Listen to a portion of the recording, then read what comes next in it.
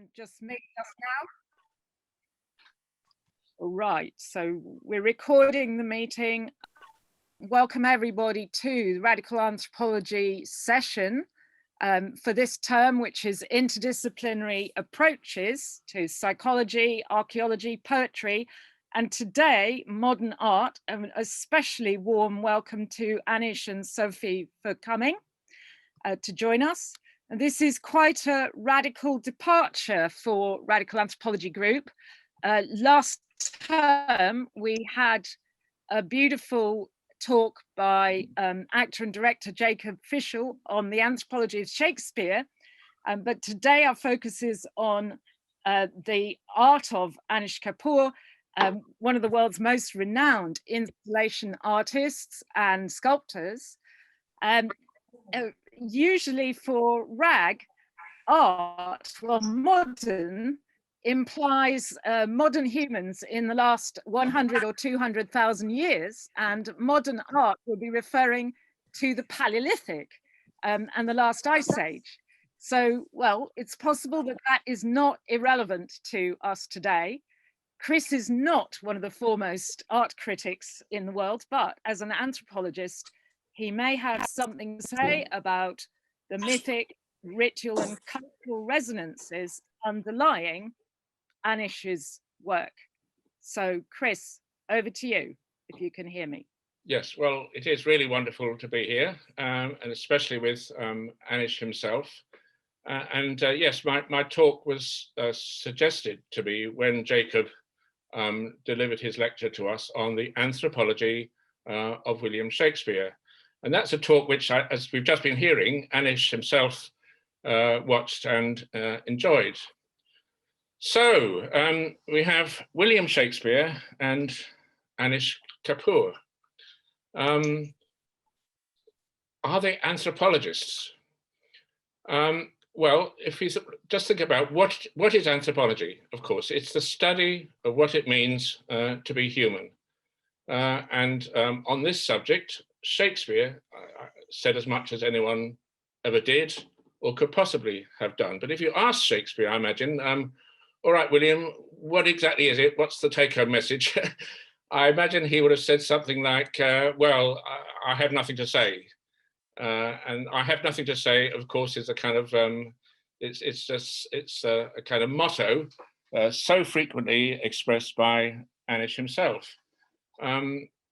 And then when we think about it, there is, of course, a thin line between nothing and everything, between zero and infinity. And sometimes when we have too much to say, it's then that words are likely to fail us. Now, all of this kind of started towards the end of 2019, when Anish, and I'll talk about this a little bit later, invited me and Mariam, who's also here, to his studio.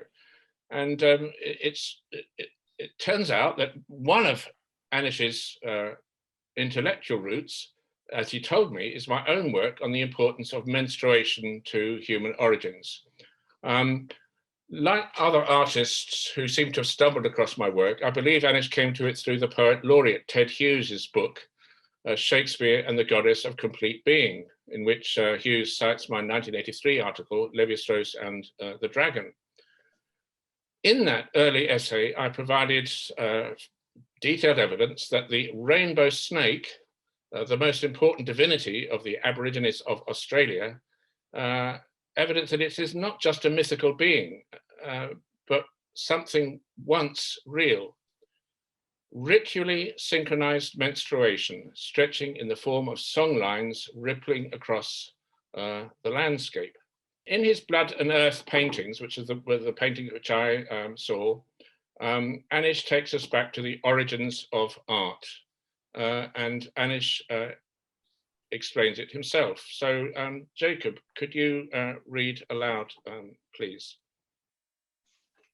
There are two ritual materials, and only two. One is earth, and the other is blood. And then they're deeply connected to each other. There's a wonderful new civilizational realization. What is culture, and where does it come from? We have all kinds of theories about drawings in caves. I think they're too late. An anthropologist called Chris Knight proposes a wonderful theory, which is that blood is the original matter, that blood is possessed by women, not by men, because they menstruate. And when women are together, they menstruate together. And that we know is a biological truth and a sociological truth. Women menstruating together means that it is a time of denial of sex to men. And what they did, and there's a lot of evidence to support this, is that they looked for the bleeding earth. And what is the bleeding earth if not red ochre that comes from the earth? And put it on their bodies to cover up their own bleeding and to create an identification between the bleeding earth and their bleeding bodies. This act of solidarity, firstly, is a communal act. And then it is only a small step to the ritual dance to hold these groups of women together. It seems to me that all this early thinking about rituality is horizontal. It is the earth. It is human, earthbound. We have not once mentioned the sky. It is blood and earth that are the original ritual matters. They're full of danger, full of threat, full of death. The God in the sky doesn't die. How can he? He doesn't have any blood. So this is the first picture I want to show of Anish's, and it's his Sky Mirror 2018. And it just reminds me again of Anish's so frequently repeated statement, I have nothing to say. Je n'ai rien à dire. And I looked at a YouTube of one of Anish's lectures to an eminent audience in a large auditorium. And he said, as he began his talk, thank you for coming. I will have nothing to say to you during my talk, and it's going to take up the next hour or so of your time.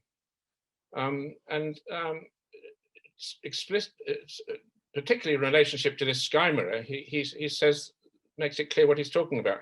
He says, the idea is that if I empty out all the content and just make something that is an empty form, I don't empty out the content at all.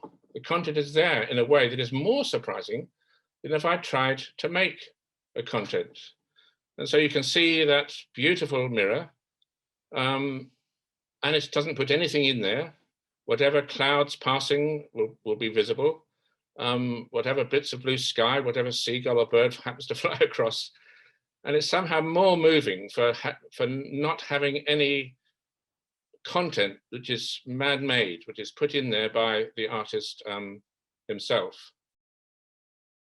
And then here we have another version of Sky Mirror 2006.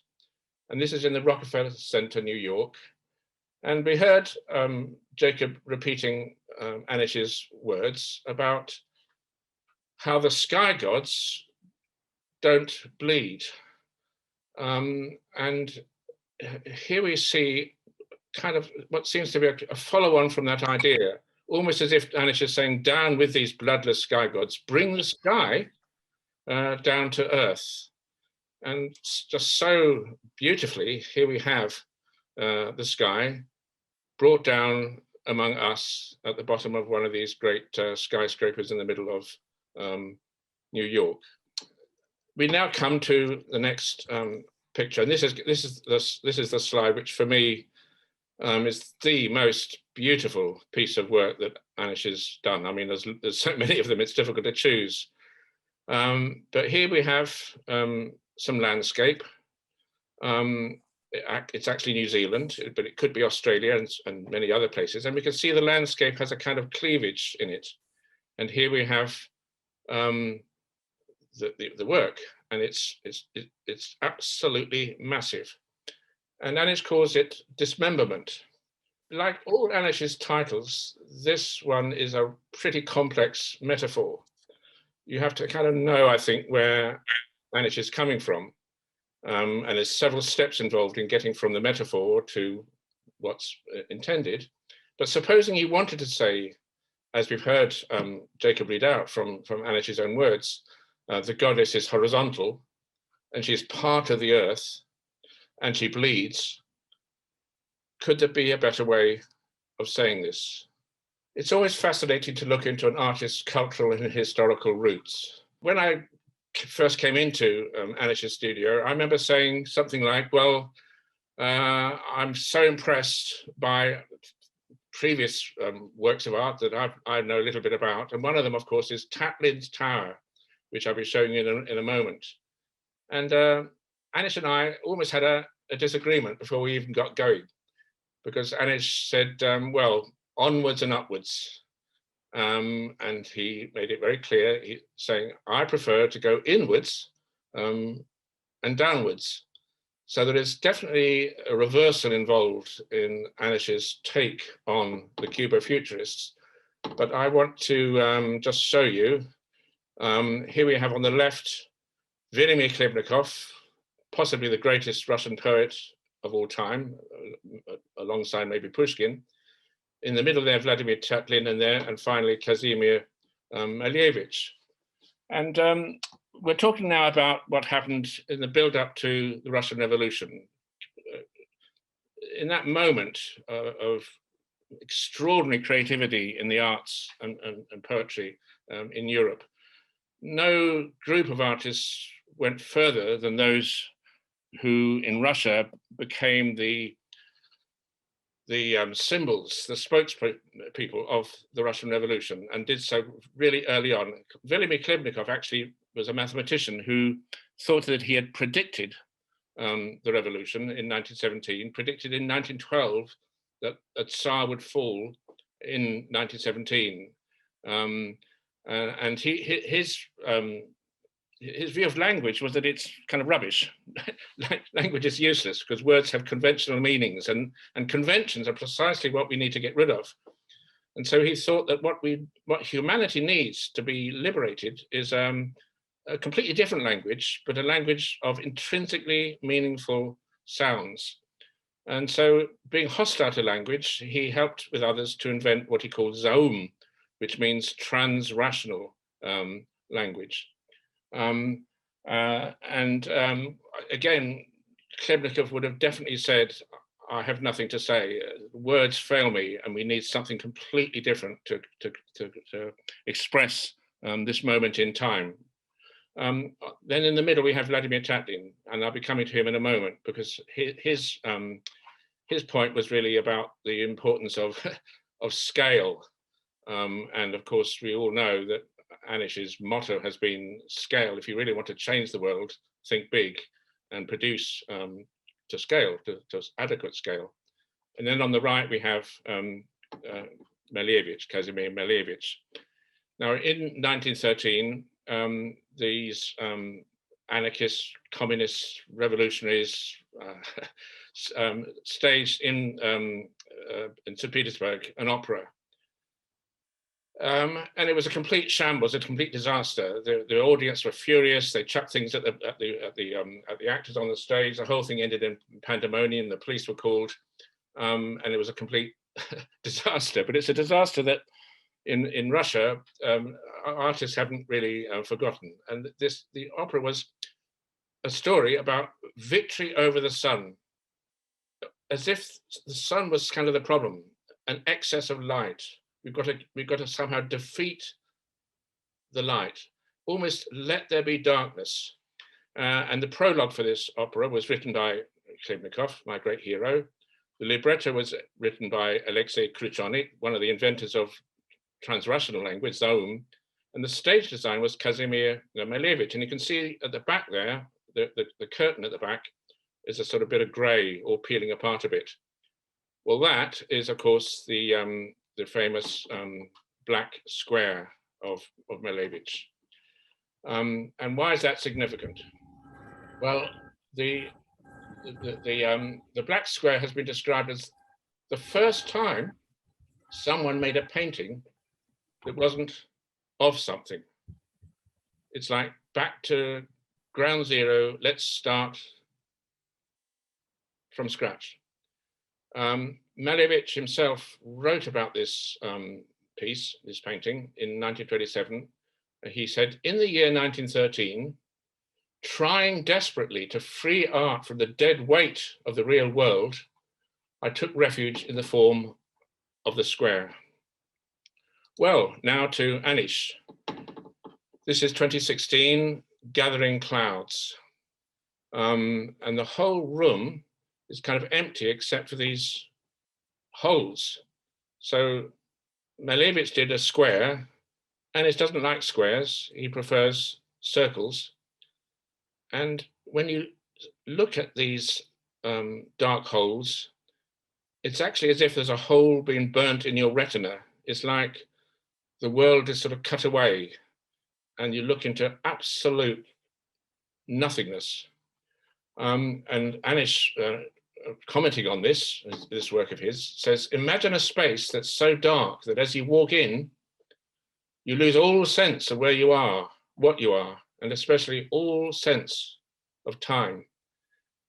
Now, those who know of Anish know that this paint which was used is called Vantablack, and it consists of a forest. Each portion consists of a forest of nanotubes, which kind of grow, and they're quite difficult and dangerous to grow.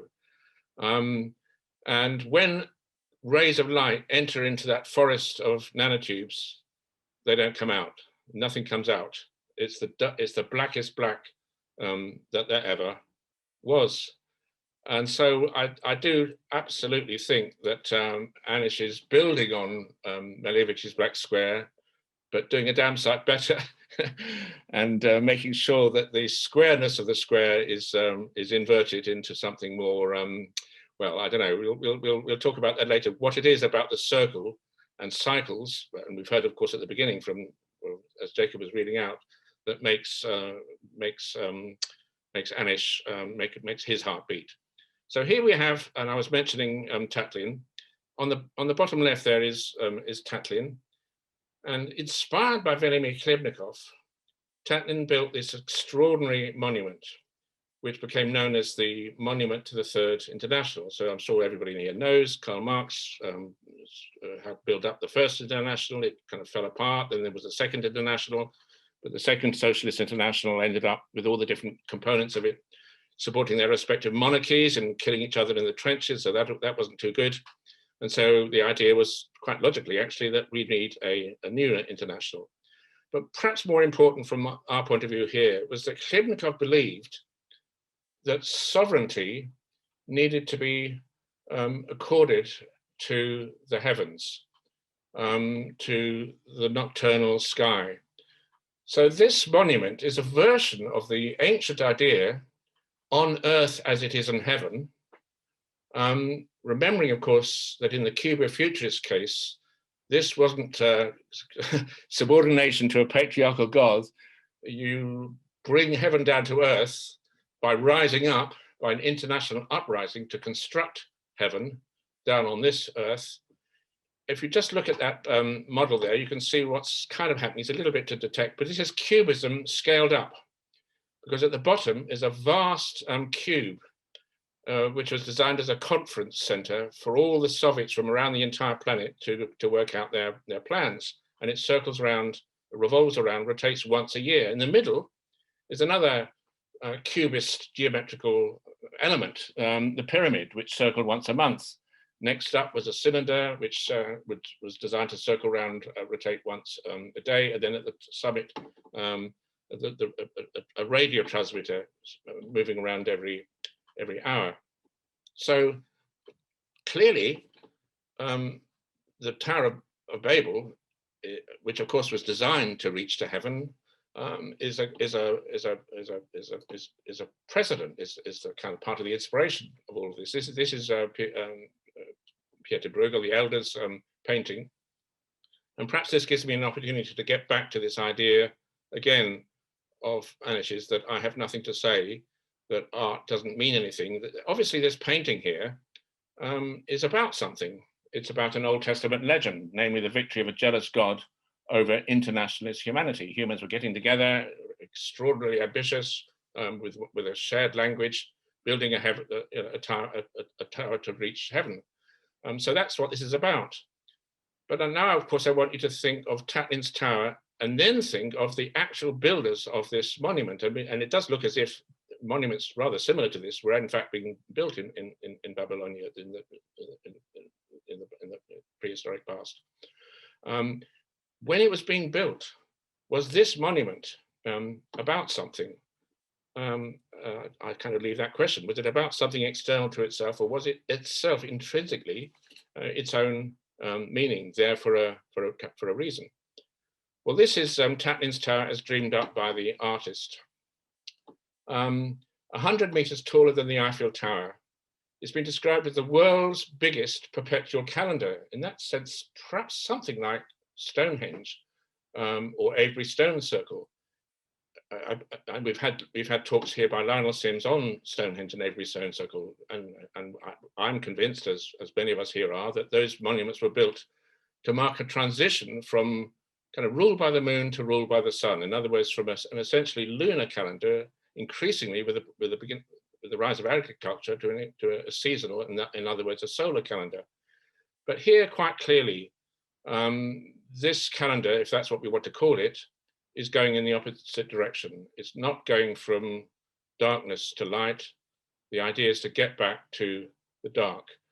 For Klebnikov, sovereignty needed to be given to the stars, to the night sky.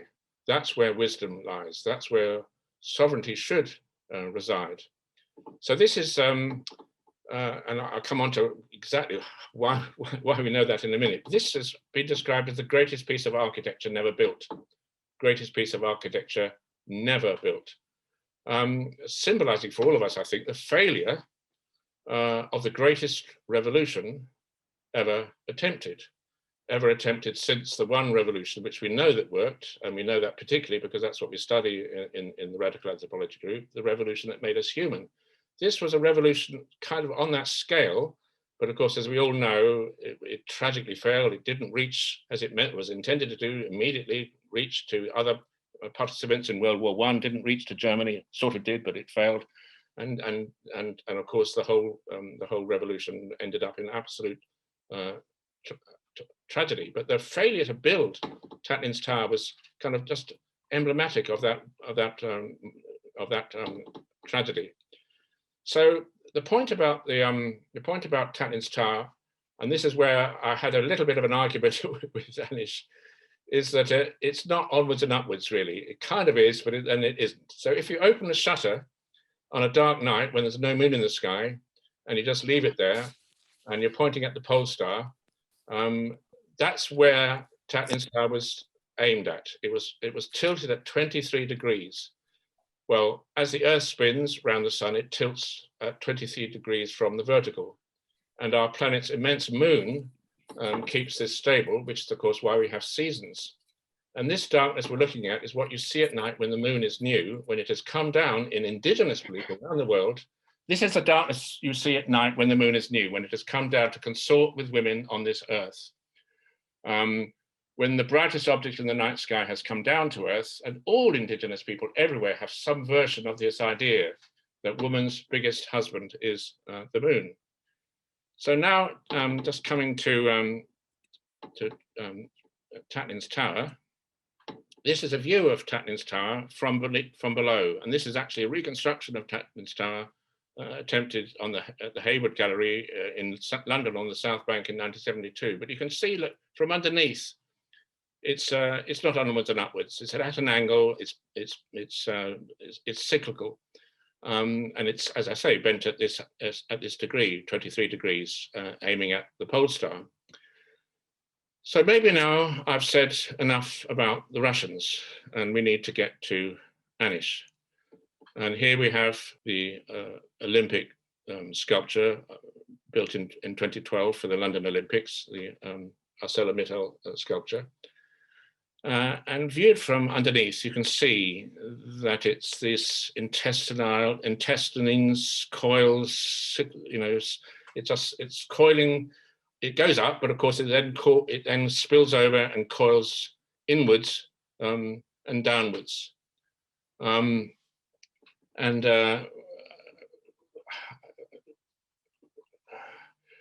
If I'll just move on to another painting now. From here, and of course, in this photograph, of course, it's aiming at a blue sky. I doubt whether Anish expressly intended it to be aimed at a bright blue sky. I imagine it would look just as good, if not better, perhaps, in the dark, with a little bit of light to make clear what's happening. But now let's move on. I did ask, this is one of the paintings I saw in Anish's studio in December 2019. I did ask Anish for a title, and he has said to me that it is officially untitled, probably painted in 2000. Just perhaps we need to dwell on this for a bit in the light of what we've been discussing. And then this, again, which hit me between the eyes when I saw it in the studio. Again, untitled, 2017. I can understand why this absolutely needs to be untitled. So moving on, we have something which is titled, and it's this rather amazing work of art. It's a pretty much empty room. And I don't know if you can see it on the small screens that some of you have, and I can hardly see it myself. It's on the wall there towards the top right. It's a little opening, maybe a slit. And here we have a title, and the title is The Healing of St. Thomas, 1989, going back a bit. The St. Thomas, of course, is the famous Doubting Thomas. And Doubting Thomas wasn't going to believe that Jesus had been resurrected from the dead, as his fellow disciples were claiming. He wasn't happy with hearsay. He needed some evidence that Jesus was alive. And Jesus, of course, as we know, came down. And once Thomas had managed to put his finger in the wound, he was happy. And this is Caravaggio, the Incredulity of St. Thomas, 1602. And it leads directly to this next image, the wound of Christ, which in rag we might think of as the goddess in male form. The goddess can be wrong sex, she can also be wrong species, she can be definitely wrong time. Here we have what's often called the Vesica Piscis. It's the wound of Christ from the prayer book of Bonne de Luxembourg, around 1345. And if you just read a little bit of the sort of literature around all this, of Christ's 5 wounds, the one in his side was the focus of its own cult. After Christ's death, this wound miraculously issued both water and blood when his body was pierced. Theologically, the church was thought to have been born from this wound. The water had baptismal significance, the blood was, of course, the Eucharist. And down in the bottom there, in the bottom left, you can make this Vesica Piscis, this shape, by 2 circles overlapping. And in Christian theology, and not just Christian, of course, it's much wider than that, you have heaven intersecting with earth. And there you get this shape, and you have heaven up there, earth over here, and in between, the mystic realm inhabited by the shamans and the priests. The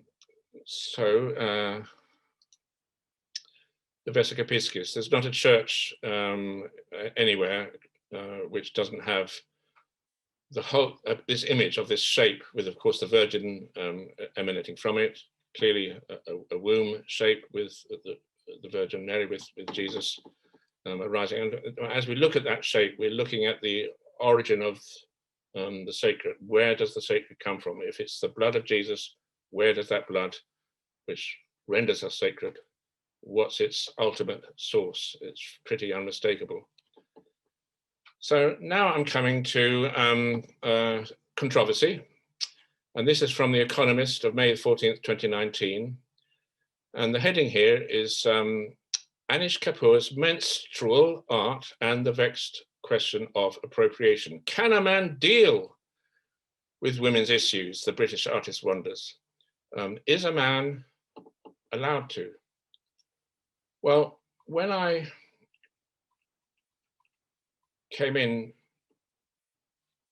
to Anish's studio, I sat down and waited a bit, only a few minutes, and then Anish came bounding in with his arms outstretched, and he hugged me. It was possibly the biggest bear hug I've ever had in my life. And he hugged me like I was a long lost brother. And I had a feeling I knew why. Because we are both dealing with difficult things. And in my work, writing this book, Blood Relations, Menstruation and the Origins of Culture, I have had controversy. And I've heard voices from feminists, more or less telling me, Chris and I, under patriarchy, don't you men have enough power and privileges already without having to appropriate women's secrets and potencies as well? And that's no question, that's been one voice. And then counterbalanced against this, I'm obviously pleased to say, has been a different voice from other, equally, I think, passionate supporters of women's rights and feminism. And that other voice, something like this: hooray, about time. Patriarchy is precisely men's problem. Men, stop leaving these issues to us as if gender issues were women's problems. You sort yourselves out. And that has been wonderfully supportive to me. I felt wonderfully confident as a result of that strand of feminism, telling me that actually, rather as with Black Lives Matter, I mean, black people don't want white people to sort of think, well, that's black people's problem, racism and so on. It's racism is white people's problem, and sort yourselves out, white people. You know, so it seems to me a parallel there. Now, moving on, we have Blood Relations, 2006, and this is a very well-known piece. Produced in collaboration with Salman Rushdie. There's writing all around the edges of this huge big box, but just perhaps notice to begin with that the box is bisected, perhaps decapitated, perhaps part of it amputated from the other part. And now look at, if you get a bit of a sense of scale of this thing, it's actually in a church in Brighton for the Brighton Festival in 2006. And these women coming along to look are looking inside this huge box. And then we have the box in its position under the altar of clearly a church. And what I want you to look at is the huge block. The whole thing is related, at least Salman's commentary, which he contributed to this art in 2006. It's about the Scheherazade, the 1001 Nights.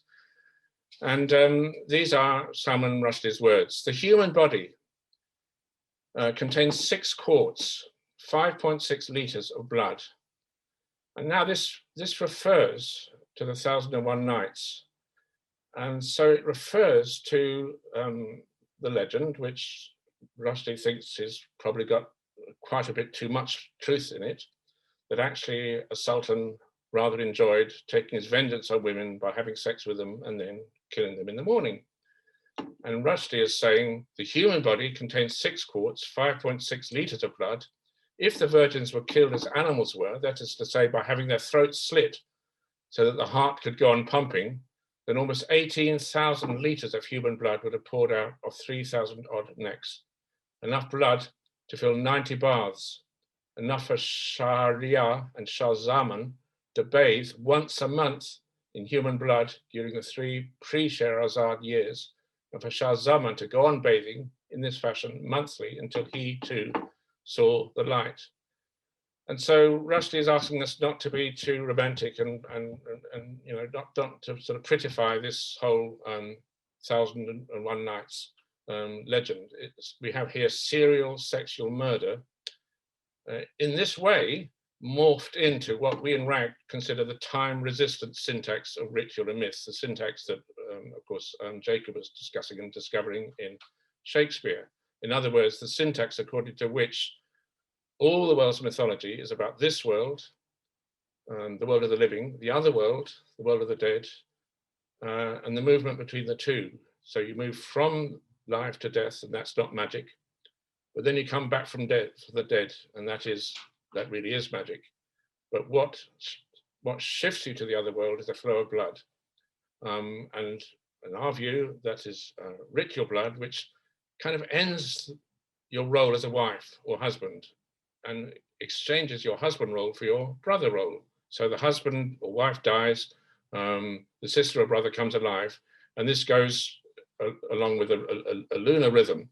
But here we have that syntax in a horrifically different form as serial sexual murder, and inscribed around the outside of the work.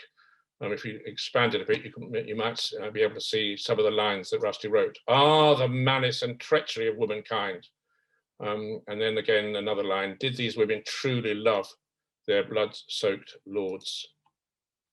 So without any doubt, dismemberment, the wound, bodies cut, chopped, women's bodies especially, is a constant motif in Anish's work.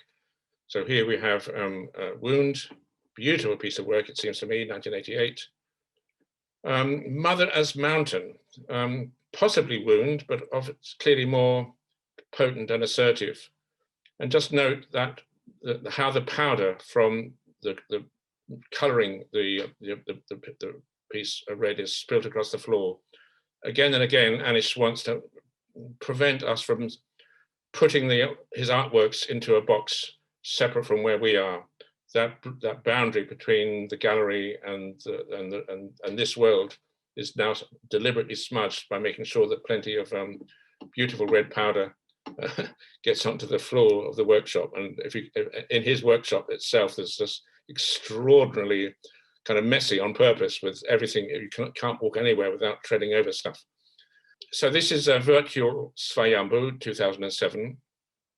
Svayambhu in Sanskrit means self-manifested, self-existing, or that which is created by its own accord, used to describe a self-manifested image of a deity, not made by human hands, naturally arisen, generated by nature. And I think the whole point of this is that the doorway itself is emphatically made by human hands and is therefore not self-generated and is restrictive. And what is the goddess doing? She's pushing up against this restriction as much as she possibly can. Yes, shaped by the restriction, but somehow transcending it and defeating it. And this now brings me to the question once again of scale. Mentioning, of course, Tatlin's Tower and the extraordinary scale of that. If the goddess is to make a difference, she needs to be measuring herself up to scale. It's no good having, miniature goddesses. They're not sufficient if world change is what's required. And here we have the kind of scale envisaged. This is 5 years later, the same image pushing into the door of the Palace of Versailles, 2011. Absolutely massive piece of red. Okay, now this is the most controversial of all Anish's works, and I'm certainly hoping, I'm sure that Anish will want to tell us a bit more about it, because I don't know all the details. But Jacob began his talk to us a few months ago, and it's a talk, as Anish was saying to us earlier, that Anish himself loved. But Jacob began his talk to us by describing Shakespeare as a kind of trickster, compelled to navigate between Protestants and Catholics, brothel keepers and royals, prostitutes and queens, masking his identity as occasion arose, intent on rousing the populace while minimizing the risk of infuriating some royal personage and ending up in the Tower or losing his head on the chopping block. To survive in such a world, you need a sense of humor, and there's no doubt that Shakespeare had one. And there's also no doubt that Anish has a sense of humor in bucket loads. So let me just put this in one way. It is one interpretation of what Anish is doing and thinking. It's one theoretical way, and probably not the right way. But two fingers up to the establishment. I'm going to put it at its worst. You have paid all this money talking to the state. You have hired all these bloated construction companies. You've let me borrow these massive trucks, cranes, and heavy lifting gear. And what are you getting from me? Well, what you're getting is a huge piece of pornographic graffiti plonked in the middle of your most holy of holies, your most sacred space, an outrageous blotch spoiling otherwise perfect design. Except, of course, that it is not pornography, not just a blotch in a dirty corner. Well, when you look at that, you do think, Anish Kapoor, how the hell does it get away with it? And of course, that is exactly what the monarchists and the anti-Semites and the racists, the far right, and not just the far right, a lot of the right in France were saying. They were saying exactly that. And of course, and Anish can expand on this, I hope, they did put racist, sexist, anti-Semitic graffiti all over it. And Anish's team tried to clean it off, but it got there again, and it cleaned it off, and it got there again. And eventually Anish thought, well, maybe there's a reason why this graffiti gets stuck onto this piece of art, and we're going to leave it there. But of course, he was threatened with prosecution by the authorities. So what follows are now my words, not Anish's, but I think I can sort of hear, it's in my imagination, but I can hear Anish saying, you monarchists, you patriarchs, you may not recognize her, but what I am showing you is the goddess herself, the place we all came from, the most sacred thing there is. And so Anish, yes, he faces both ways because he has to. He couldn't possibly create such vast pieces of installation art without financial backing. But facing the other way, he is sowing dragon's teeth, one here, one there, bleeding stumps planted brazenly in prime real estate in each of the world's hallowed centers of patriarchal state power. The Palace of Versailles, the Rockefeller Center, New York, London's Olympic Park, Tiananmen Square. And so we're left with a kind of question. In the end years, will these teeth take root, sprout shoots, spring back to life, find one another, join together as the world encircling dragon they once were? And again, to those who know a bit of their Greek mythology, I don't, but I've managed to discover this. Of course, I read a bit about it in my book.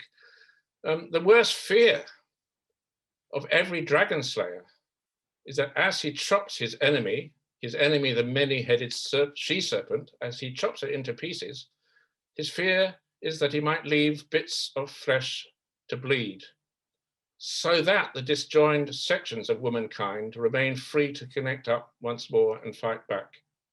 And when I was in Anish's studio, I noticed how freely the chunks of flesh were left to bleed. I've nearly finished, but just a bit more. Towards Marsyas, 2000, a rather small, beautiful little piece. And here's another version from another angle. And here's another from another angle. Marsyas, I had to look this up. Camilla would have known, of course, most educated people would have known, but I never had a classical education. Marsyas, a Phrygian satyr who found and played the very first flute, challenged Apollo to a music contest, lost the contest, and was flayed alive. And I'm now going to just read out from, it might seem a bit strange that I'm reading from the Jewish Chronicle, knowing my politics, but here's Karen David in the Jewish Chronicle, May 2019, writing about Anish. And she says, as others have, his starting point is menstrual blood and the purification rituals of his dual heritage, the Judaism of his Iranian mother and the Hinduism of his Indian father. The ancient practice of treating menstruating women as impure, different, and separate, and the cleansing ritual that takes place in a mikveh is Kapoor says, an act which affects everything else, our points of view, our sense of who's in the tribe and who isn't. The question we have to ask is whether that's good for us. In the 21st century, it seems the world is going that way more and more, which is hugely dangerous, I believe. We need to do, in a way, the opposite. And Karen David continues, again quoting from her, so while the history of Western art is distinctly phallic, Kapoor focuses on the womb. His paintings conjure up organs and tubes, openings and interiors, too abstract to be gynecological, but not for the squeamish either. And of course, Anish was being interviewed with the conservative supporting Jewish Chronicle. But she continues, because the interview went on a bit and did touch on politics. Jews, Anish Kapoor says, this is all a quote from Karen David, Jews, Anish Kapoor says, come in all sorts, and that should be celebrated. And that includes anti-Zionist Jews, because you can be anti-Zionist and pro-Palestinian and be very Jewish and not anti-Semitic. To conflate those things is a huge mistake. Again, quoting Anish, all the major writers of the left from Marx onwards were Jewish, he points out. In fact, Judaism, with its emphasis on community, is intrinsically leftist.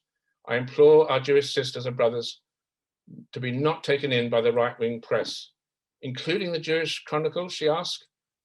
Yes, says Anish. Now, I'm just going to move on finally, because these are small-scale versions of the real object, Marsyas itself, in the Turbine Hall in the Tate Modern, 2002-3.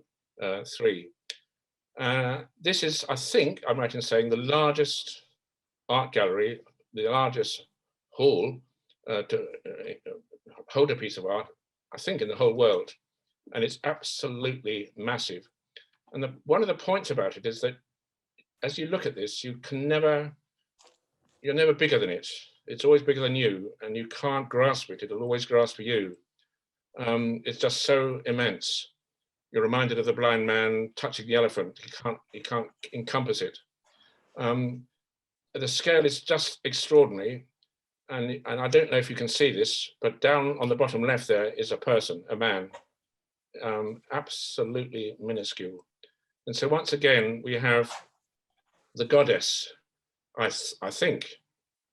Marsyas is, yes, he's a male being flayed alive, is inside out, but we know how the goddess is never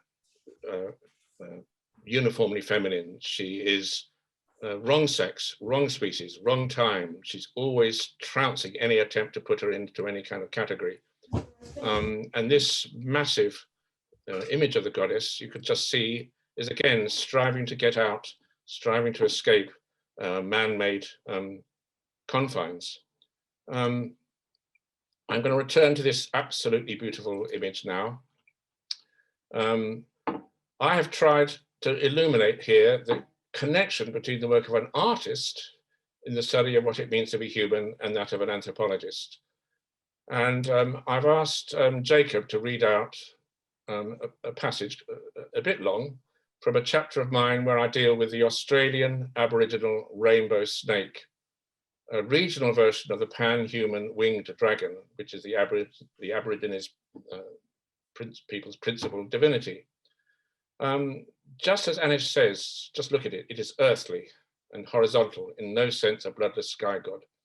And the evidence that I rely on in this passage comes in particular from the anthropologist Ronald Berndt, who in 1976 assembled into one extraordinary volume, The Love Songs of Arnhem Land. And I'm going to leave this slide with you because Anish makes the point so beautifully in his own way.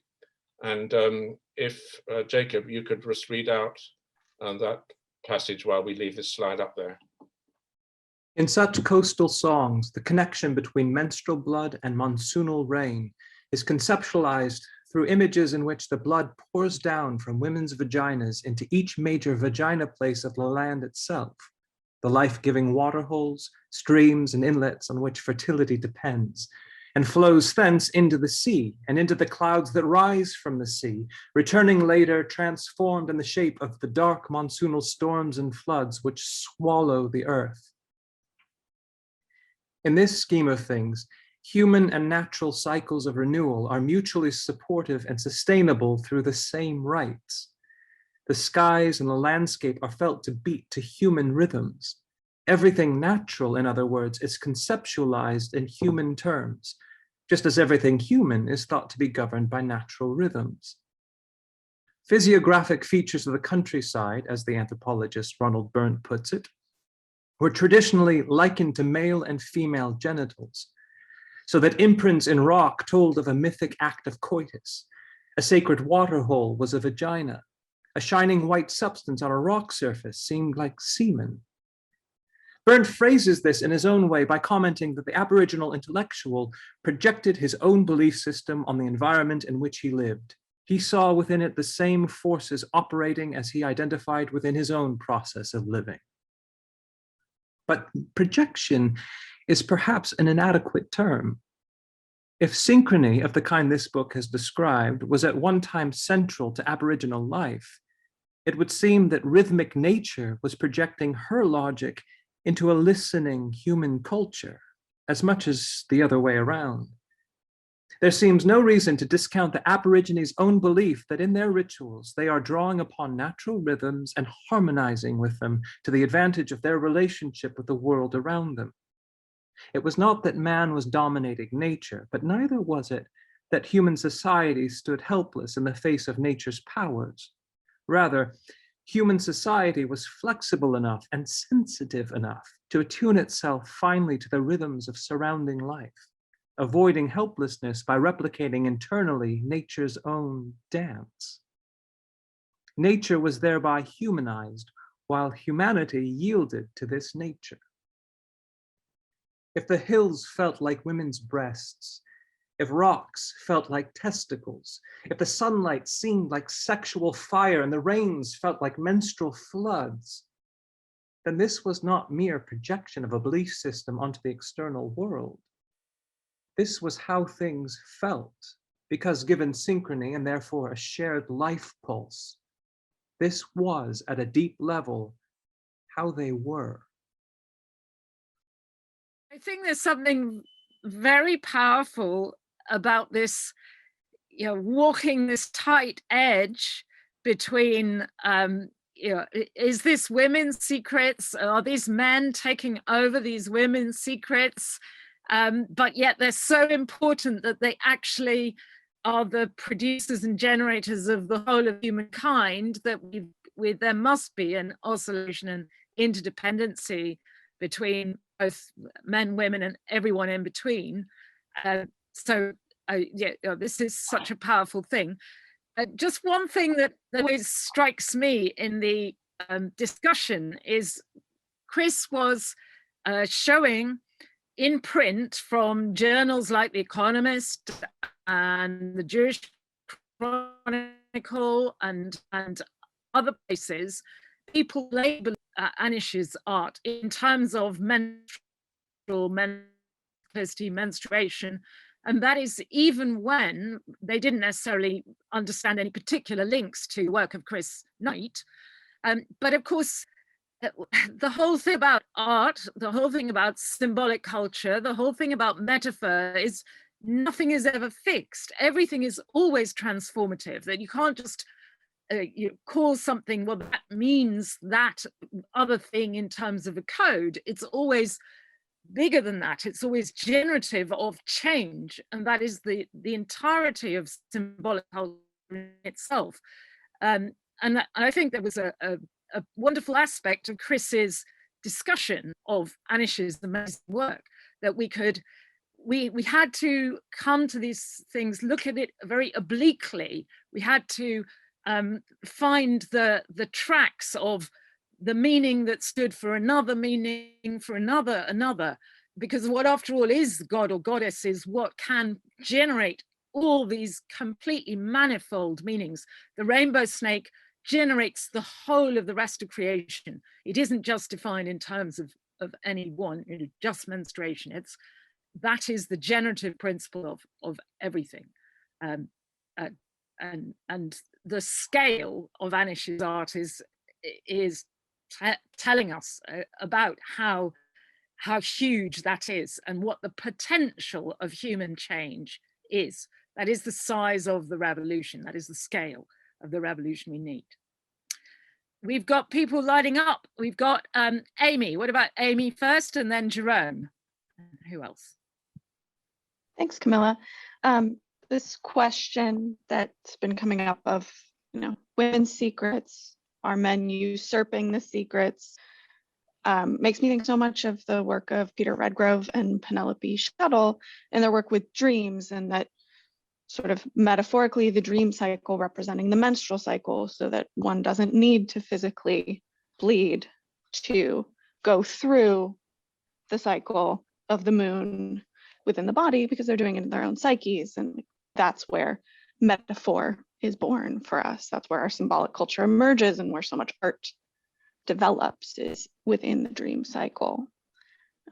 So that's what I was thinking. Thank you. Jerome? Hi. Well, thank you, Chris, for a wonderful exposition of Anish's work. And thank you, Anish, for responding so beautifully.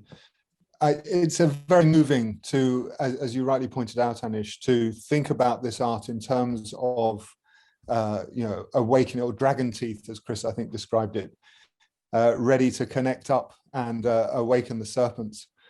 And I love that idea, but there is an element which is missing, and this is what I'd really like your views on, Anish, and that is that in the ways that human beings across the world wake up that serpent. I mean, obviously, many people sense her and feel her in the way you've described. It's not that you're a man; it's the femininity within us all that is accessible to that glorious energy. But in the way that human beings around the world activate this, it is through ceremony, it is through ritual. And so I'm just wondering to what extent, or if the next project should perhaps be something where you produce art that becomes ceremony. And I just wondered what you thought about that, and how you might even imagine it if it is something that you would think of. Thank you. Well, thank you for that. I think very important question. Let me try and answer in a couple of ways. The first one is that, for my part, I've named these two ritual materials, earth and blood, and I keep coming back to them. One can think of earth and blood as being painting culture in a way, and one can think of some moments of primal sacrifice, ritual sacrifice, that engender the object and, if you like, image. Now, let me take this a little step further. Imagine Jackson Pollock pouring out paint on the ground as he did, horizontally, very, very important, horizontally. What is he pouring out? It can't be anything other than blood. It has to be blood. He then does this weird thing, which is, to me, utterly odd. He lets it dry and he puts it on the wall. He puts it on the wall, meaning he turns horizontality into verticality. He takes the goddess, one should say, of the ground, and turns her into a god of the sky. So I've been I'm toying with this because it's a very complicated equation. Why turn her into a picture? Why not leave her on the ground? So I've been making a whole series of ritual trays, literal trays, actual trays, with, if you like, enacted blood. They aren't blood at all, but you know what I mean. And leaving them on the ground. trying to toy with this question of what is the primal ritual act. I'm deeply interested in René Girard, French anthropologist, well, quasi-anthropologist, psychoanalyst, who came after Levi-Strauss and spoke about our need, our continuing need to copy one another, to mimic one another, and that the act of mimicry is always an act of violence, or rather always turns into an act of violence, which comes from jealousy. Anyway, onward. And this sense that all human relations are linked through violent acts that go back to primal sacrifice somehow or the other. And we still live them today. We are still, we live well because they live poorly. We have luxury because they don't. There's always the scapegoat, onward and onward. We keep scapegoating, whether it's the migrant or the other or whatever. We keep doing this. We can't help it.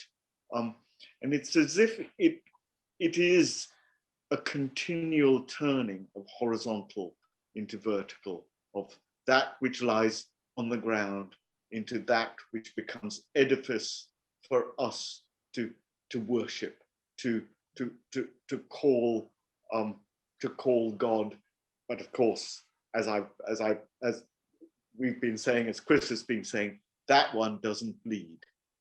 That one has a little cut in his side, perhaps, that mimics the vagina, but he doesn't bleed, and he won't die, and he sits in judgment. So I think in there somewhere is this enduring problem. So is it to be acted out as you've just described? I'm sure yes. Do I know how? Jacob, help. I think you need to ask some women to help. Probably. I'm going to suggest. That was a beautiful expression of alienation in art, which may go back an awful long way, perhaps right into the Ice Age cave art, which may itself already in the Paleolithic be pulling away from ritual solidarity and creating a hierarchical cosmos with some people, some shamans having a privileged access to the heavens or between heaven and earth. I think that was a really amazing expression of it. Good. And one other thing I'd like to ask after Jerome's question about ritual is, I've very rarely experienced synesthesia, but not that I ever realized before, but seeing particularly the dismemberment and the Marsyas in this presentation, I just felt there was sound flooding the landscape as well as the color and the vividness. And it felt, of course, Marsyas is the flautist, but dismemberment as well is the sound of the cunt, it's the sound of the blood in the landscape, that Jacob was reading about the Aboriginal landscape and how it was palpable and had all this sensory aspect to it. Perhaps the ritual has to be in the landscape in that sort of scale, with that sort of. Of course, hollow form, involuted form, always comes to the ear and always comes has sound, and any kind of concave form. I mean, concave form actually has a focus. As a physical fact, it has a focus. So, you speak here, And there's this mystical point, in a way, this mysterious point where the sound waves cross over, where the light, where light goes from the right way up to upside down if it's mirrored, etc., etc. So concavity, I mean, Brancusi, and if you like, Tatlin included in a way, although Chris has very, very eloquently, beautifully put the notion that Tatlin wasn't onwards and upwards, but in fact spoke at 23 degrees, spoke to the night and inwards and downwards, if you like. But modernism has placed itself in this onwards and upwards, phallic, the rocket, onwards and onwards. My sense of, if you like, true modern form, true postmodern form, true form of our time, is that it's dark, that it's inward, that it's at the back of the cave, not at the mouth of the cave, the opposite of the Platonic proposition to light, that it looks to what's hidden, to what's hard to reach, to what's dangerous, to what's mythologically complex, etc. I know that's where the answers, if answers they be, or the questions are. I just say just a thing. The sound of the rainbow snake across Australia is the sound of the whirling of the bull roarers. Woo, woo, woo, woo, woo, woo. And one of the great anthropologists of North East Ireland, Lloyd Warner, said you hear that sound and your blood runs cold because it's a sound that a wounded dragon might be expected to make. But more than that, when you hear that sound, you know you've heard it before. Woo, woo, woo, woo, woo. It's the sound you heard in your mother's belly before you were born. And it's a wonderfully optimistic thing to hear that sound because, okay, you're in the dark, you're dead, but, you know, new life is about to come. You're about to come out of it. And with the Aboriginal people, when they whirled those bull roarers, the boys who were being initiated, and it was girls as well in countervailing women's ceremonies, although in recent times not so much, but the boys who were being initiated, they were kind of absolutely terrified. It was a traumatic experience, but as they heard that sound, they also were covered in blood. And this was the blood of the men who were acting out the story of the two Wabalek sisters who bled afterbirth blood and menstrual blood at the beginning of time. So you just imagine this initiation. You're in a dark hole in a dark time of the month. You're feeling this warm blood, and you're hearing woo, woo, woo, the sound of the blood of your mother. Well, that's some ritual. That's some ceremony. But of course, the crucial thing is that if you time the rituals according to the skies, you've got scale. Because I mean, supposing all across planet Earth at a certain point when we all feel, okay, patriarchs, the rule of men, you've had your go. You've had a few thousand years. You might have made a right mess of things. You're about to destroy the entire planet. How about letting women take over? If you simply had a moment dictated by the skies, a particular eclipse, a particular new moon.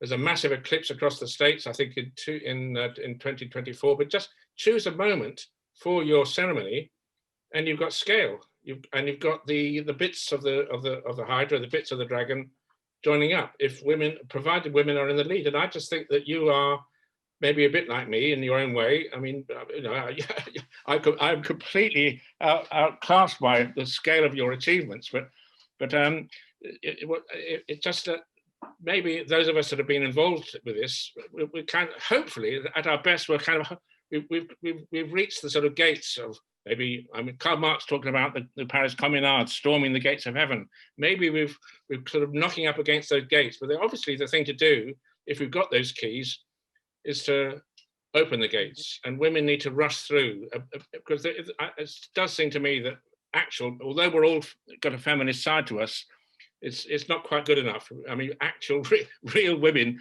need to be actually leading if anyone's going to lead this revolution. And synchrony is it. Well, as soon as you've got synchrony, you've got extraordinary scale, and you've got the dragon and reclaiming planet Earth. And I just want to end us with another question to Jerome. I mean, Jerome, how do you see, in the light of synchronicity Earth, flourishing diversity, possibly building with Anish and so many others, what's your image of a possible, even ritual isn't quite the right word. I prefer something about more like what you call mwajo, Jerome, some moment of laughter and jubilation. And because we just feel a time has come when the revolution is imminent. But Jerome, what bring into all this your flourishing diversity background and current activism? Gosh, well, that's a tough question, Chris. Well, I'm not sure I'll be able to do it justice, but well, just let's have a go. I mean, yeah, I mean, I think, when you look around the world at how this is done, there is still, so many vestiges of patriarchy among many indigenous people. That goes without saying. However, at the same time, there are also some very powerful examples of the alternative. And of course, Camilla and yourself and many here are familiar with some of those. And while Mwajo is, so just to explain to those who don't know, Mwajo is a particular way of pantomime, I guess is the first way to describe it, but it's a humorous pantomime which has a very profound moral commentary. And it's a pantomime which is not always aimed at men, but very often aimed at men because they tend to misbehave more often, certainly from women's point of view. And it's only done by elderly women because it's not only done, but it's most of it, and the really searing moral critiques are done by elderly women because they are such masters of humorous pantomime, of being able to make people laugh at the same time as giving them a really tough lesson in how badly behaved they are. And it is that extraordinary skill which women in these societies cultivate over their lifetime, which is what really holds the community together, which holds in a situation where you have no police force, where you have no judges, where you have no prisons, where you have no possibility for stopping people doing things that they decide they want to do. Everyone is extremely free and autonomous in these societies.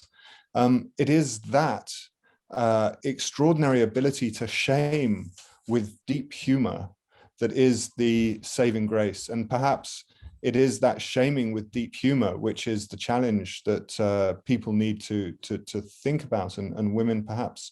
But of course, it's not women alone, as we've been saying here, and as your comparison or with Black Lives Matter and the whole importance of white people sorting it out. I think the same goes here, and certainly there's a lot of mileage to be gained in that. And then, of course, there are whole sort of sets of different ritual procedures, and they vary across the world, of course. But what we really see as central is this unified body of singing voices. And where the body sings as one, many bodies become one. And so instead of the message that those many bodies are saying being misunderstood because it's not being heard properly, or boring people because it's being repeated again and again, it doesn't. It's enthralling, it's addictive, it's you want more, you wanted more and more and more. And it's that kind of ability to grab hold of your own volition, your own wanting for that thing to continue, which is, I think, that the crucial challenge that we face in ceremonializing or ritualizing the, say, for instance, Anish's art. And so thinking those things through, is something which I personally think needs a diversity of responses. But I think that the synchronicity between those diversity of responses could be profoundly revolutionary. And so you don't need to dictate the style, but you do need to do it together. And that really is the point that the Flourishing Diversity project we're doing is focused on, is how to make all that diversity legitimate and not judged, but equally valued because it is different. And that is a crucial process that we need to start to apply in decolonizing the state of this world currently. Sorry, I went on too long then. Well, thank you, Jerome. Yes, to Anish, Jerome, Chris, Camilla, because you say like ritual and ceremonies, and I think to do rituals and ceremonies, I think you can do it in many different ways, but rituals, you have to be, I see a problem in it because we are kind of in a very conditioned environment, detached from the environment. We don't experience seasons very like the people like Jerome work with who live in the forest. We are far from nature. Nature to us is now mostly we have to go and drive and visit nature, see it as a park, or it's not something that is very close. You know, it's like seasons. The moon is in the cities. Who live in cities, they don't experience the moon in its fullness as people who live in forests or small towns. So I think bringing nature closer to us, to be able to do rituals, to be able to have ceremonies. Yeah, how do you see that? In arts, yeah, it is like you are an observer of something, you are not a participator. The embodied experience, yeah, that gets, that gets lost, you know, like it's a separation of man and nature. You're not participant in it. So I think like, I don't know. Yeah. That's something very like in these modern societies, especially big cities like London, nature is like, yeah, far. You don't experience, you don't, I think you have to feel it in your veins to be able to come and do it and participate in it and see the meaning that we are part of nature, especially now with this futuristic development where synthetic biology and half machine, half human, and the stuff that they're projecting or predicting for humans to go to, you know, like it's still further and further from nature. So I wonder how you guys think about that. I can start if you'd like. Go on, Jerome. Okay, well, I think what you're talking about is the sort of disconnection, which is key to patriarchy, the moving from the horizontal to the vertical, as Anish just described. You know, in that movement, there's a severance, and the severance is with your connection to your nature. Because of course, who are human beings apart from just this a primate that happens to speak? 98% genetically identical to our closest relatives, the chimpanzees. So, you know, we need to understand ourselves as nature. And I think that is part of the problem. It's how we help people to reconnect into our own natures as part of the landscape. For me, London is rather like a termites mound. You know, when I look at a termites mound, I don't think, oh, that's not nature. And just the same, when I look at the house, I don't think, oh, that's not nature. That's just what human beings do as part of nature. And so there's some interesting movements which are seeking really to cultivate relationality. And I think that, you know, in the way that Chris and Anish have just described the artworks that Anish produces, is a very good example of embodying that relationality without needing to say it. That as you look and you contemplate, you walk around, you experience that space, you are becoming part of that space. It is something that fills you with the intentions that have gone into it. And the only thing preventing that from happening is what's going on in your own mind. And it's stilling that mind, which is actually part of the process of creating that relationship, building that relationship. And of course, there are many other techniques, but I don't want to hog it. But I think it is critically this business of not seeing ourselves as part of nature. We are natural, and that's why Anish's arts, you know, moves us deeply when we see it. It troubles us. It makes us think. It provokes. And that's the vital thing. That's what reconnects us. That's what builds connection. It's when you're provoked, you're taken out of that comfort zone. And the more often you can find ways of stretching yourself, you know, the more often you'll have opportunities for making those connections. May I have a go? Amy? Thank you for that. Oh, okay, Anish. May I have a little Yeah. go?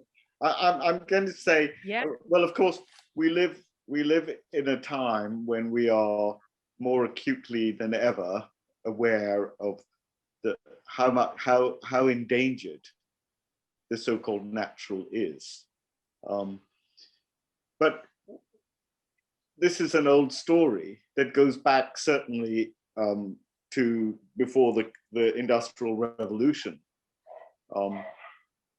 The taming of the natural world, the refusal of its wildness, the Christianizing, if you like, of all the dark places. There are no dark places, hardly any dark places left. And what this does, of course, is to extend patriarchy into that final dark space, not only the space between her legs, but the space that's represented by the dark woods, that's represented by the unknown and unknowable cave, etc., etc. We have to learn how to put down our Christianizing, and I don't say that in a pejorative way, but put down our Christianizing impulses and let wildness be. Maybe the best way to do that is by deschooling ourselves. As an artist, I feel that my most important job of all, the most important thing I do, is to de-school myself. Excuse me, but fuck, who cares? Who the fuck cares what I know? What matters is what I don't know, what I can't understand. How do I go there in myself? How do I endeavor to reach the darkest part of what I might be? And I suspect that is where we need to go. It doesn't matter whether you're in London or wherever you are. Be disobedient, disagree, disavow, dissociate. Just take all of that stuff and turn it upside down. Refuse. Excuse me for being so infantile about it, but I can see no other way to this horrid taming. De-school yourself. You know, my wonderful wife Sophie and I have a 2-year-old. I refuse to let her go to school. She's not going to school. I won't let her go to school because I feel there is an agenda for the turning of our young people into fodder for our capitalist ongoing capitalist whatever takeover of the universe. Blah, I say blah. So sorry, sorry, my dears, but I feel so passionately about this. That's a school strike. That's a school strike in all senses of the word. A school strike. Of course, the reason why anthropology has been systematically excluded from the school curriculum. Amy. Okay, sorry. Thanks, Camilla. Go on. No, Chris, you make your point, and then we'll have Amy, okay. and then we have Mariam. Okay, you talk, and then the women. Well, just briefly, it's just an extraordinary fact that anthropology, the one, if you like, discipline, which is actually the connection between all disciplines, is systematically excluded from the school curriculum, to the point where somebody like me as a little boy going to university, you know, coming from school, I had no idea what kind of odgy this was. Was it the study of caterpillars? Was it, I mean, it's only the study of what it means to be human. And of course, because school in the West and elsewhere, of course, is an initiation rite, and it does, and as Anish has been saying, the whole point is to initiate you into being able to pay your rent, being able to pay your taxes, being able to, be a wage slave. I mean, the whole point. And of course, as soon as, if children of 13, 14, 15 were to have access to anthropology, they would be doing more than just school strikes. They would be absolute revolutionaries, because there's no way they would want to fit into this world given knowledge of what the alternatives were. Anyway, yeah. But so, I mean, it's just only connect. Anthropology can connect at its best, of course. In thinking about this conversation about landscape and connection to landscape and the Wawalak sisters, like, it's not only a story of the birth of language through menstrual and post-birth blood and through the rainbow snake, but it's also a story about the landscape and traveling through the landscape. And it feels like sometimes such like an afterthought of the end of the myth of, and now there are these rocks that you see as you're traveling across Arnhem Land. And that makes me think so much about like being in an urban environment, which is unfortunately like the new wilderness of the modern Western world, and that to encounter these large scale red feminine works of art, that maybe what they need in the next step is a story to be built around them, in the same way that the Wawalak sisters builds around the landscape. And like, as a poet, I think a lot about how we build new myths and how we build new stories, particularly around art, and then maybe that builds ritual through performance or through ritual storytelling. But it seems to me like there's a connection there to the landscape and sort of like creating these paradoxes in modern landscapes that are very phallic and patriarchal. And like, to then create that paradox, how does that feel in the Western world, similar to being on the next component? Thank you. Mariam, do you want to jump in? Yes, thank you, Camilla. Thank you, Chris, Anish, and Jerome, for this beautiful, beautiful talk and day. I just wanted to say that I'm very honored that I was present on the day that Anish and Chris met. It was right after the 2019 elections, and it felt quite dark. And that moment, their meeting and how they felt like really two brothers, it felt like a miraculous moment. It was really magical. And how Anish took us to, showed us his beautiful studio and his amazing artwork. There was a very important moment that Chris and Anish were standing in front of an artwork, and I felt that the goddess was giving birth to a revolution.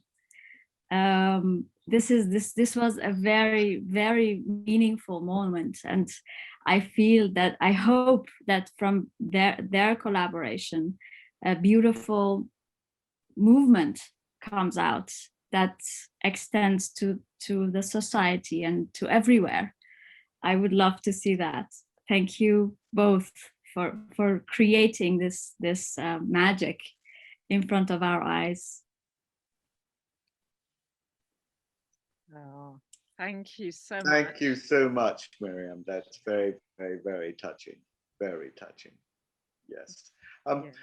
May I say a couple of words very quickly about what Amy was saying? I think it's very, very important. This question of the way words carry. But there is something also very curious about the feminine object.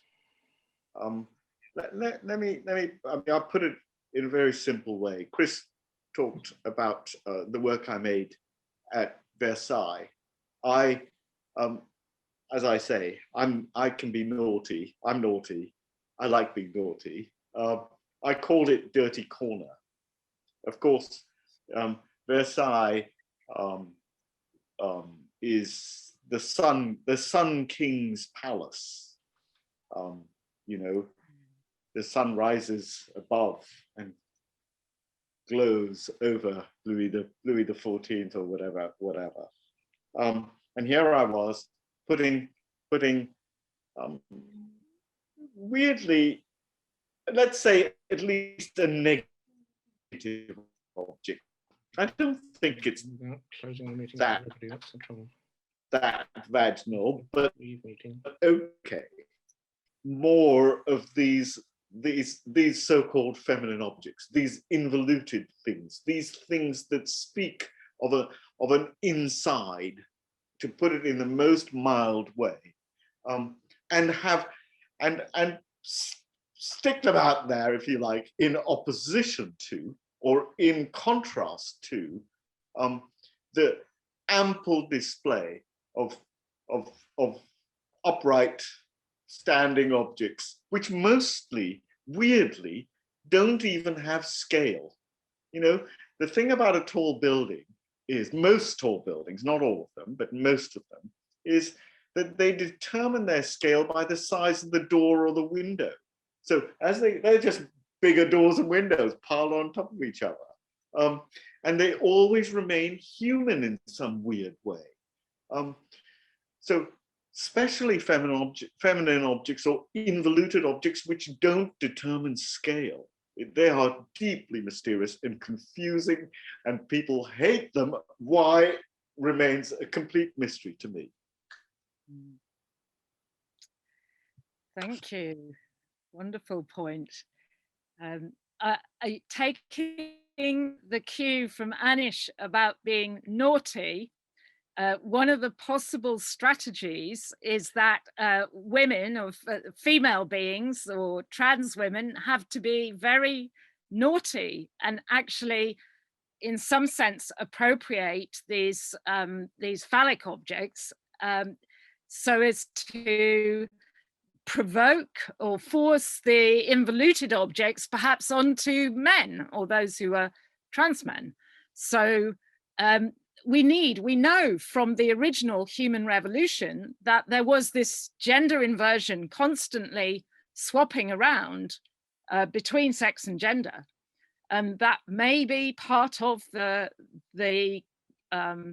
recipe of real revolutionary inversion, to bring back a proper sacred respect to the involutions.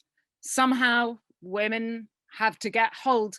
I mean, I can refer again to Jerome and to Ingrid and their experience in the forest of the initiations, when women's secrets involve a lot of performance with actually phallic objects. It's kind of interesting that things go upside down. So we need to be tricksters in that way. Jerome, do you want to say more?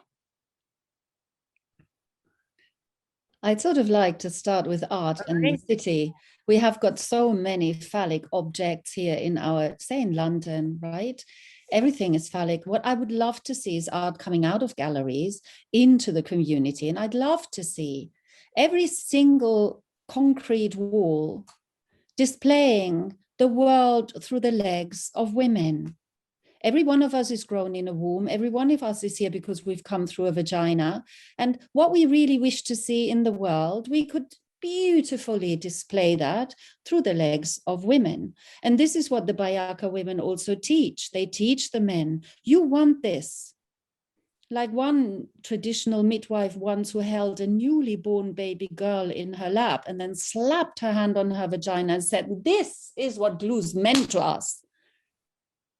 Is if you want this, you have to give it the respect it deserves. So women will use the phallic objects to tease them mercilessly, that they have to be used wisely and with respect for women.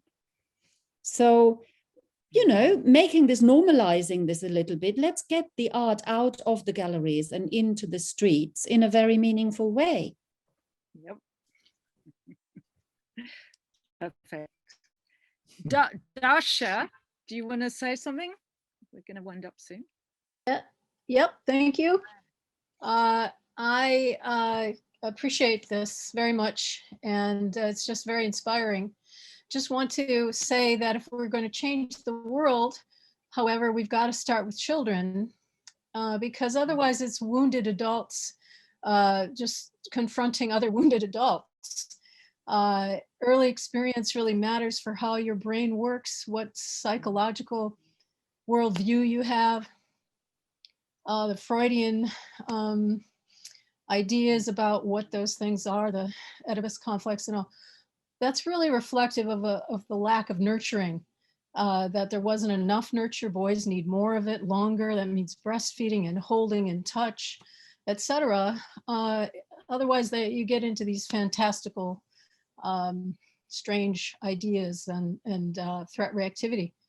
James Prescott, anthropologist, went through the anthropological resources, 422, I can't remember, societies, and noted that the peaceful societies were those whose children were breastfed for at least 2.5 years and carried around all the time or as much as they wanted in the first years. And that explained 80% of the variance. And then the rest of the variance was explained by not having any sanctions on premarital sex. So I think we have to remember that we co-construct children and who they're going to be as adults. And if we don't pay attention to the nurturing and restore that, patriarchy, of course, has pulled the rug out from child raising and created, then all these people are distressed all the time. And then you have to, you know, find some way to assuage your anxiety and guilt and all these strange things we do. So anyway, just to speak up for the babies. Thank you. Absolutely vital. Thank you very much, Dasha. Chris, have you got something more to say? I think we're going to have to wind up soon. Did you want to say more? No, I wanted to ask Anish how he felt when I was maybe taking a risk by saying that you've put these dragon's teeth in all these absolutely central positions within the you know, Tiananmen Square and Versailles and London and New York. They're all over the planet. I don't know how you managed to do it, but it's an absolutely astonishing achievement. You must have needed quite a lot of magic to do it. But I'm just wondering what you intend. Maybe it's the wrong question, or maybe that you know, maybe the artworks themselves have to have a sort of intentions. Maybe the artist himself, you know, his or her intentions aren't quite so relevant. But what were you thinking when I was saying that? Because I was thinking rather practically in terms of, if I was a revolutionary trying to organize some global insurrection to actually make sure that the different gender was in power, I might think, well, actually these dragon's teeth ought to be kind of made use of. And when we were in your studio, you might remember we were saying that. You were saying, oh, Chris, I'm fed up with all this art. You know, we need to start the revolution. All these things, we need to be brought to life. I'm just wondering what you might feel would be a way to begin. Oh dear, Chris, now that isn't a small question, is it? No. Well, look, so when you said that in your beautiful talk, I don't know if you heard me earlier on, honestly, you moved me to tears a number of times during your speech. So I just wanted to say that to you again, in case you missed the first time I said it. Oh, I did miss it, yes. Yeah. Yeah, but when you said that bit, it came as kind of news to me, if you know what I mean. I'd never thought of it like that. I'd never thought of placing these big works in places in which they could effect change enough to be able to call it anything like world revolution.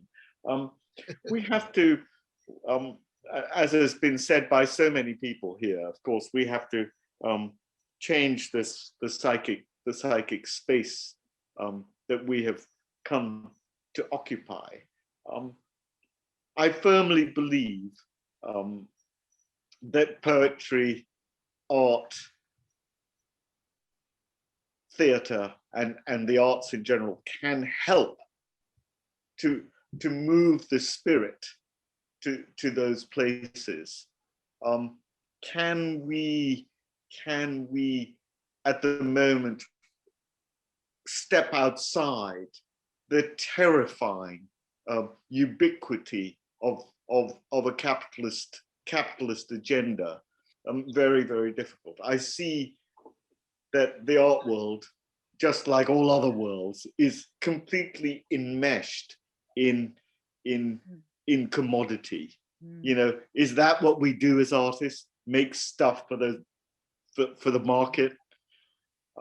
The idea of the radical, the modernism speaks well of the radical. It's subsumed by the market at this time. We have to change our cultural perspective in order to be able to be radical, either in spite of the market or withdraw from the market, because it will. How can a radical thing be for sale? It can't. I mean, there's a fundamental rub there that doesn't flow. So something has to change the whole psychic space that we occupy. You know this well, Chris. Of course, I'm speaking to a brother who knows this completely and truly. But the post-capitalist discussion, if you like, has not yet articulated a way forward. We haven't begun, hardly begun to say, what is post-capitalism? We just have no idea. And it runs with the arts just as it does with every aspect of human life.